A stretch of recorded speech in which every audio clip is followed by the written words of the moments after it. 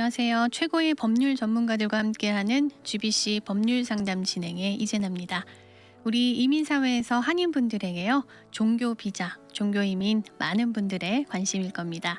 종교 비자는 미국에 5년간 종교인으로서 일을 할 수 있는 비이민 비자인데요. 그 신청 요건과 절차에 있어서 이민국의 심사가 까다로워지고 있습니다.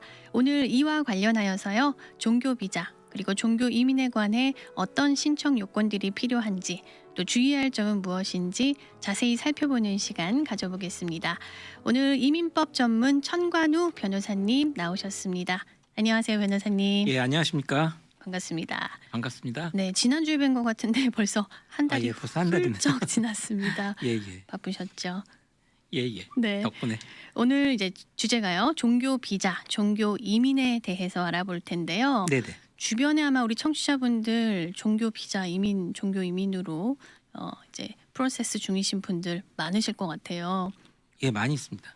특히 뭐 미국에 또 신학교들이 많이 있으니까요. 네. 이제 신학교 졸업하시는 전도사님이나 좀 많이 이제 그런 신학생분들 이제 여기 이제 미국에 처음으로 이제 사역을 시작하시는 첫 관문으로 알비자를 신청하시는 분이 꽤 많고요. 네. 그리고 또 이제 요새는 아무래도 여기서 좀 미국 내에서 사역자들이 모자라다 보니까 한국에서 목사님들을 모시고 오는 경우도 있고요. 한국에서 네네. 그렇죠. 청빙. 예, 청빙이 많이 있습니다. 네. 이제 그런 경우 처음으로 이제 미국의 종교기관, 그러니까 교회 초청을 받아서 미국에 오셔가지고 사역을 시작하시는 첫 번째 관문이 보통 알비자가 되죠. 네. 알비자 많이들 네. 익숙히 들으셨을 텐데, 종교 비자 네. 정말 잘 아시겠지만 오늘 변호사님 전문가를 통해서 정확하게 종교 비자가 어떤 비자인지 좀 개념을 먼저 설명을 해주세요.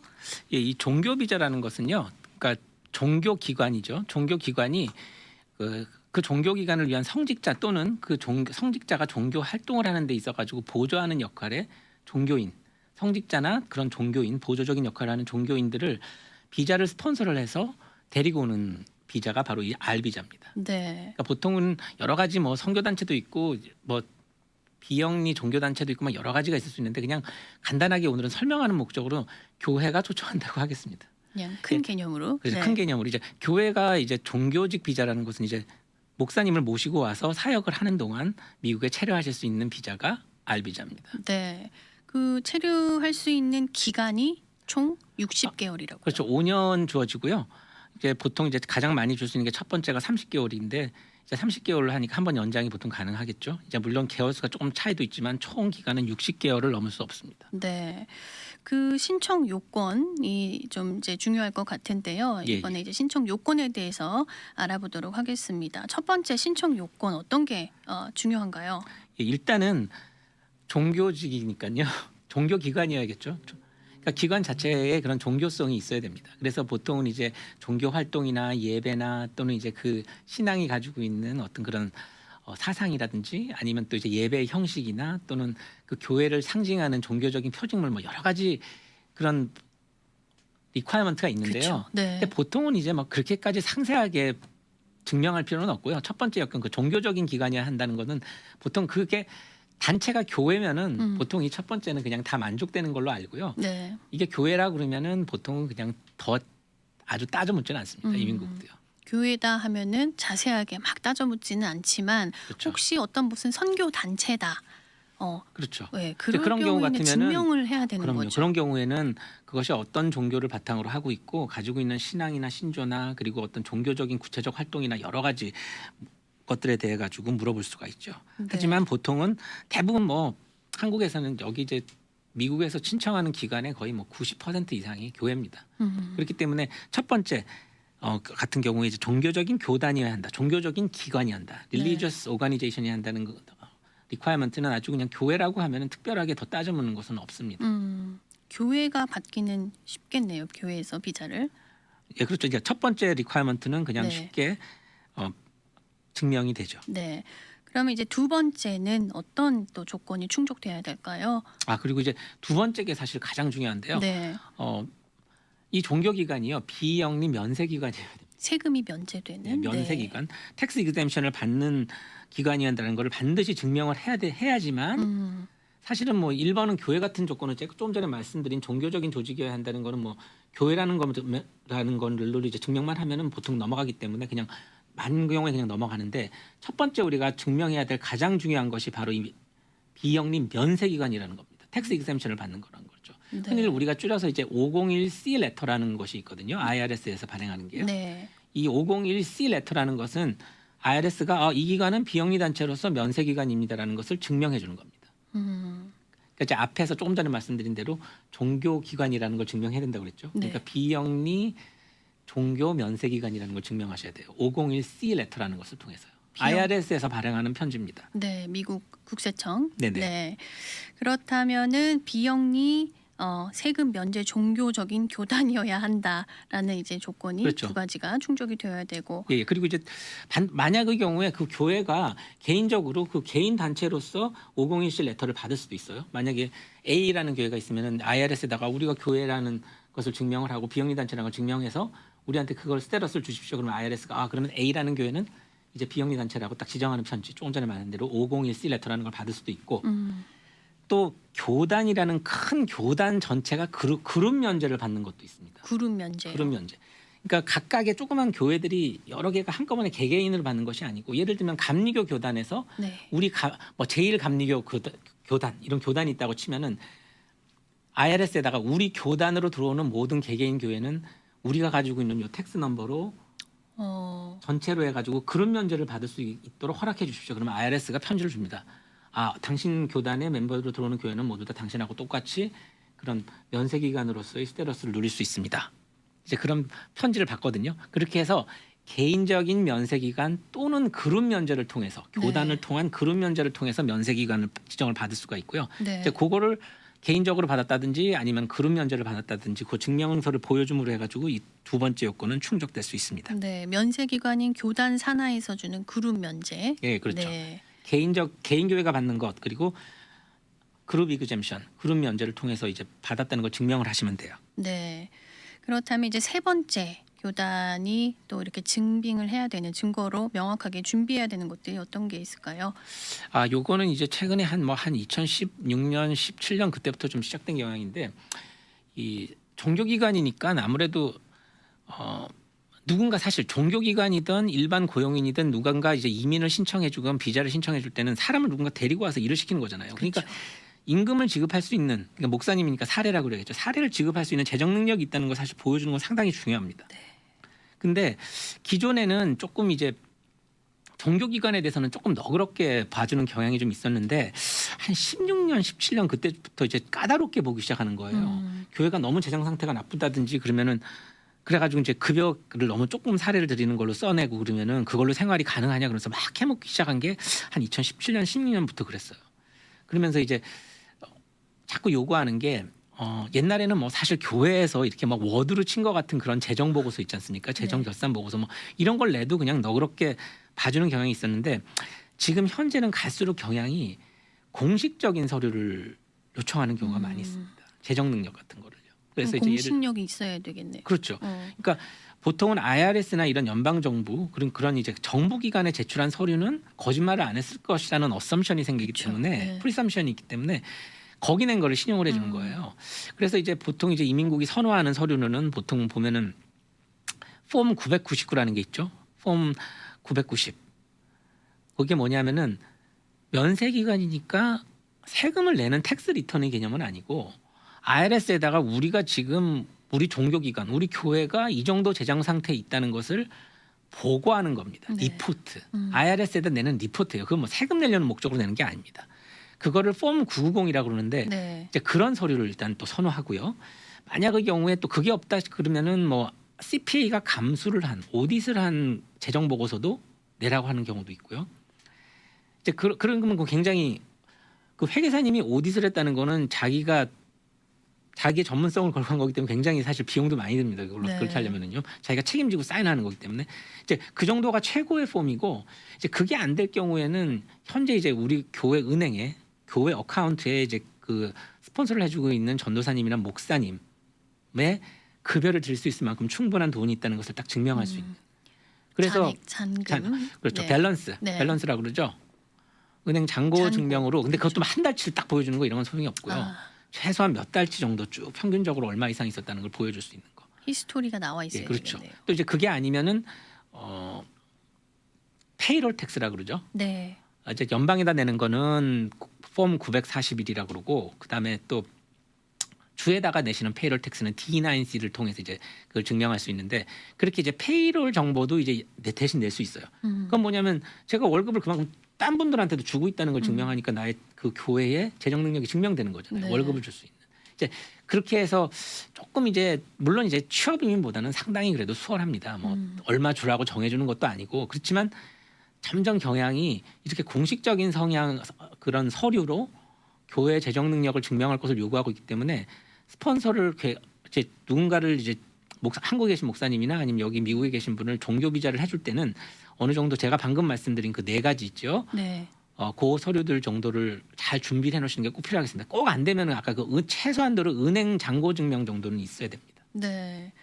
근데 2016년, 2017년부터 좀 이민국에서 심사가 까다로워졌다라고 말씀하셨잖아요. 원래 네네. 그렇죠. 원래 심사는 2009년부터 굉장히 까다로웠죠. 2009년이라는 그 2008년 9년 그 시점이 전수실사가 시작된 해입니다. 무조건 다 하는 거죠. 처음 시작할 때는. 네.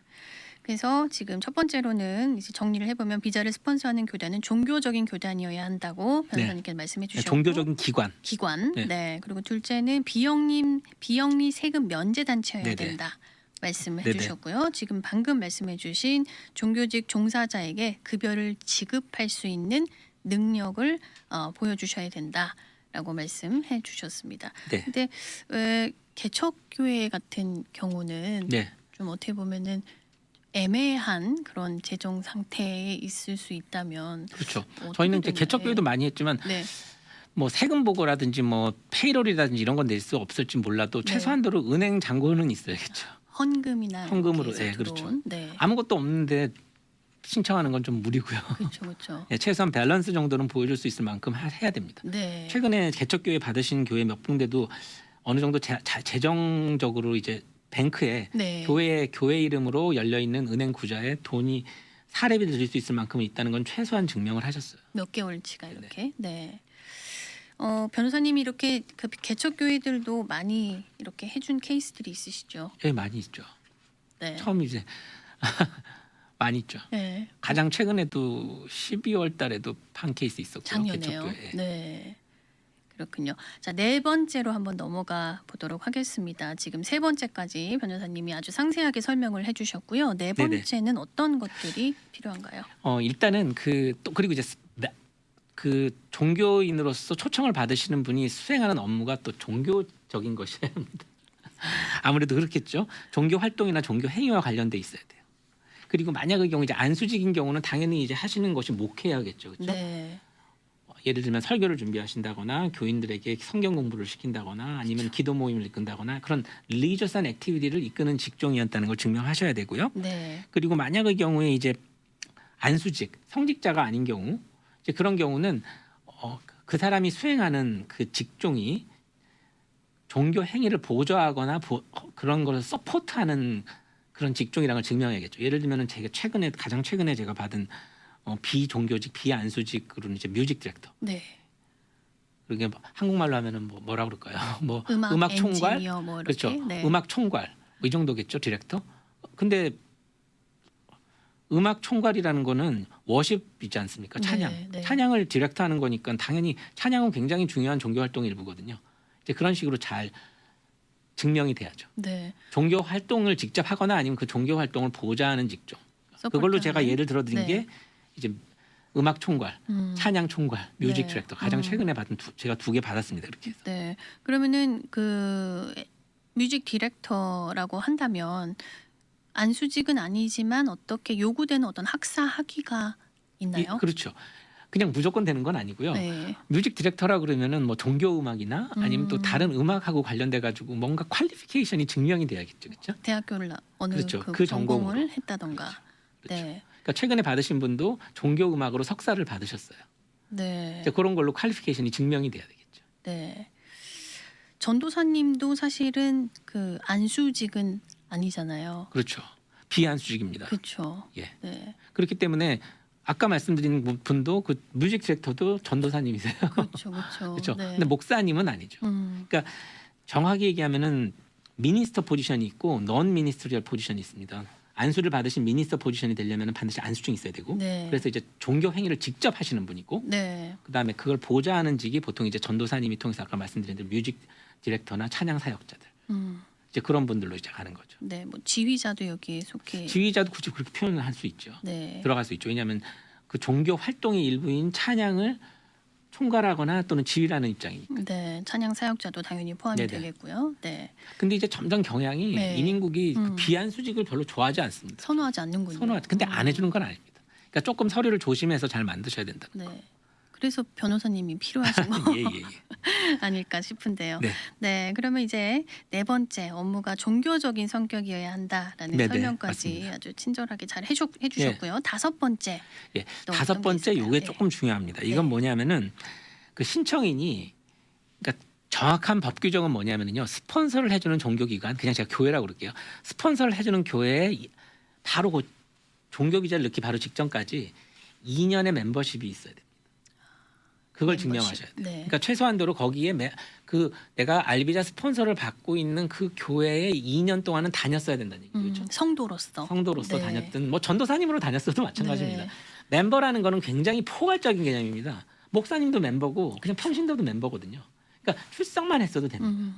그러니까 그 2년의 멤버십이 굉장히 중요한데요.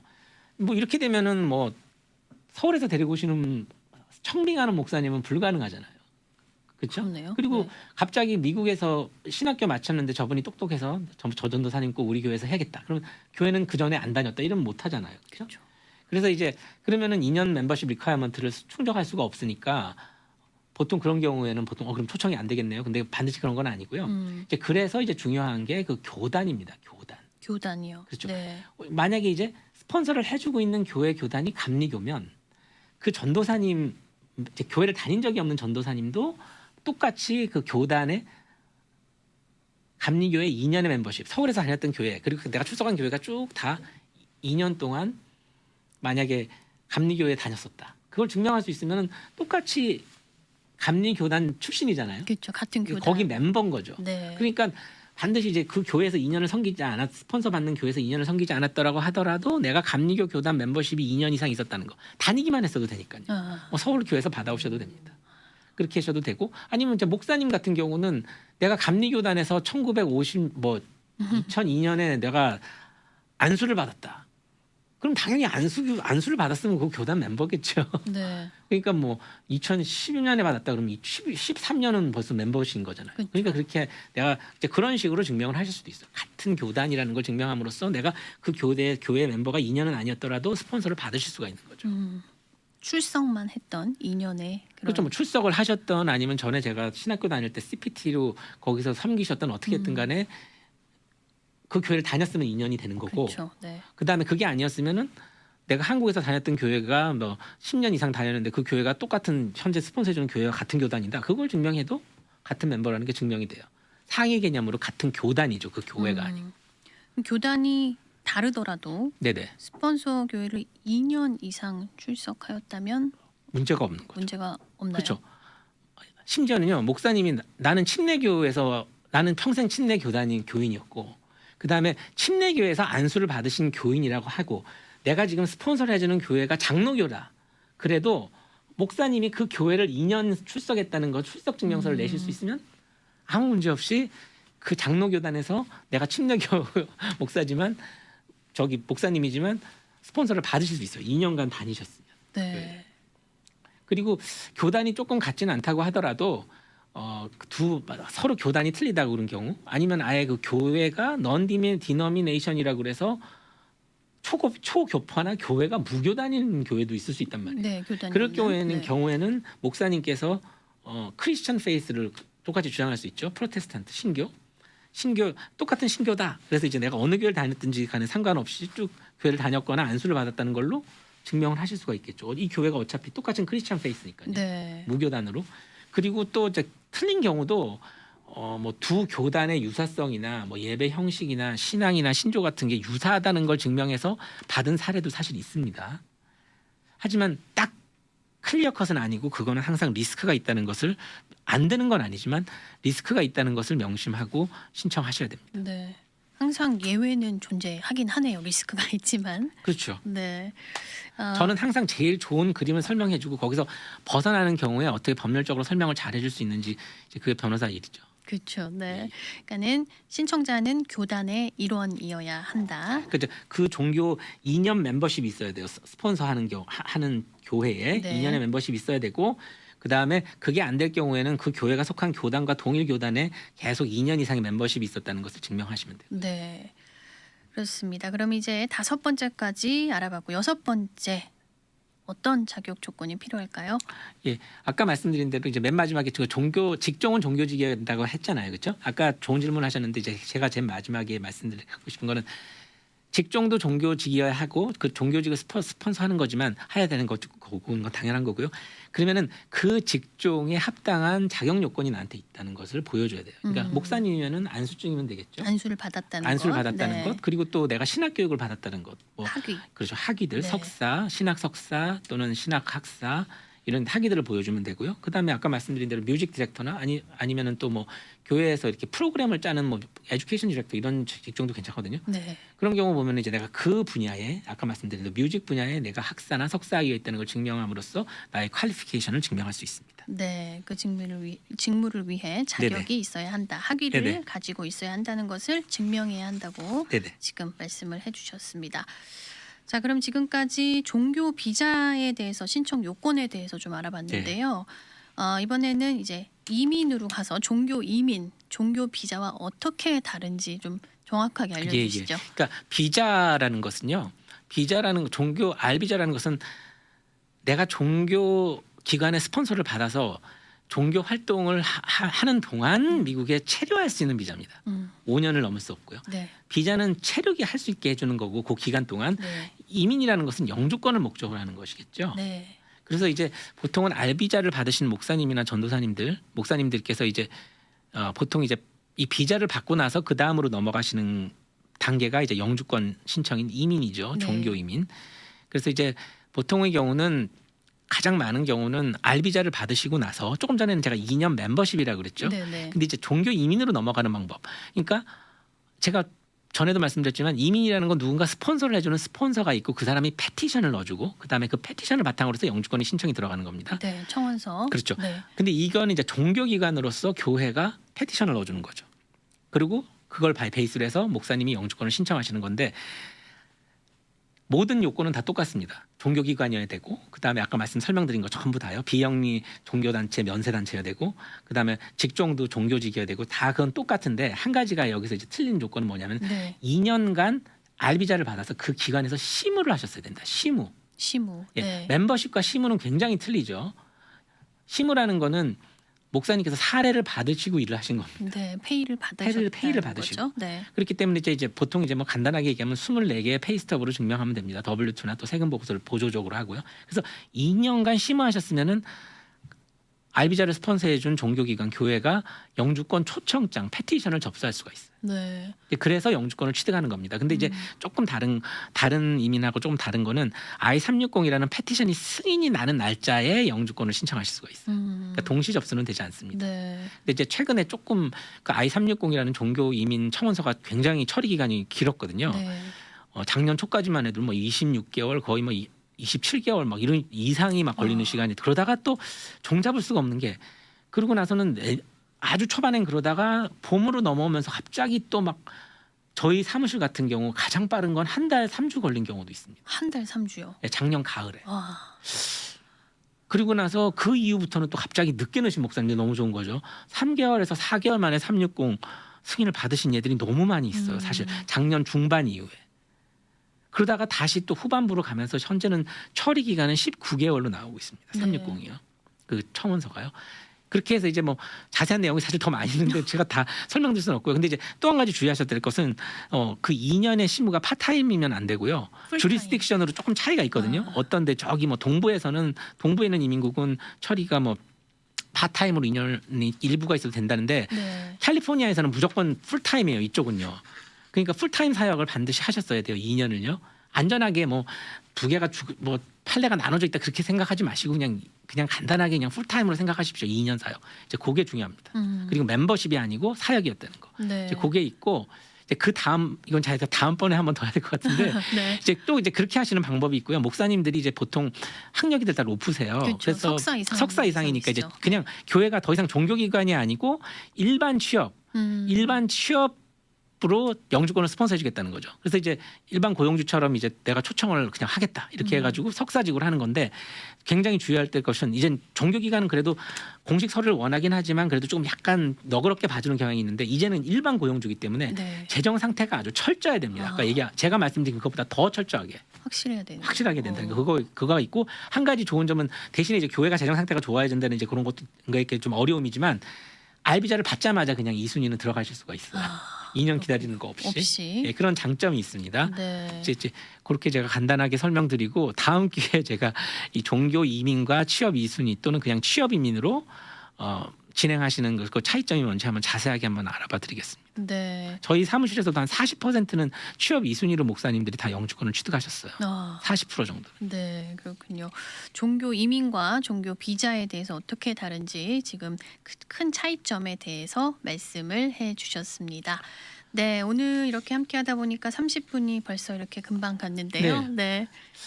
이거 실사가 그리고 이제 중요한 게 실사가 있는데요. 네. 제가 빨리 좀 설명을 드리겠습니다. 네네. 조금 전에 말씀드린 대로 알비자는 그 처음 시작하는 종교 단체는 무조건 맨데토리 온사이드 인스펙션이거든요. 처음 알비자를 하시는 곳은요. 그래서 네. 사전 실사로 무조건 받으셔야 돼요. 한 번도 알비자를 해주신 경우가 없는 경우는. 근데 이 실사를 받아야지만 프리미엄 서비스가 가능합니다. 처음 해주시는 경우엔. 전에 해보신 적이 없는 경우에.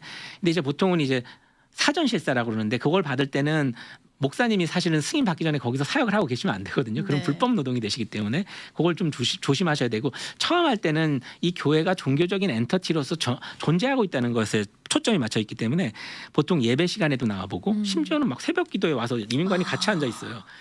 사역 시간표대로 와서 교회가 있는지를 실제로 종교 활동이 있는지를 보는 것이 사전 실사입니다. 그러니까 네. 주의하셔야 되고 사후 실사는 이미 승인을 받은 다음에 종교 이민 또는 종교 비자가 승인을 받은 다음에 그 다음에 이민관이 나와보는 거예요. 네. 근데 이 경우는 이제 아까는 그냥 교회가 종교기관을 해서 실제적으로 존재하는지 종교 활동이 있는지 직원도 거기 있고 엔터티 체크라 한다면 사후 실사는 뭐냐면요.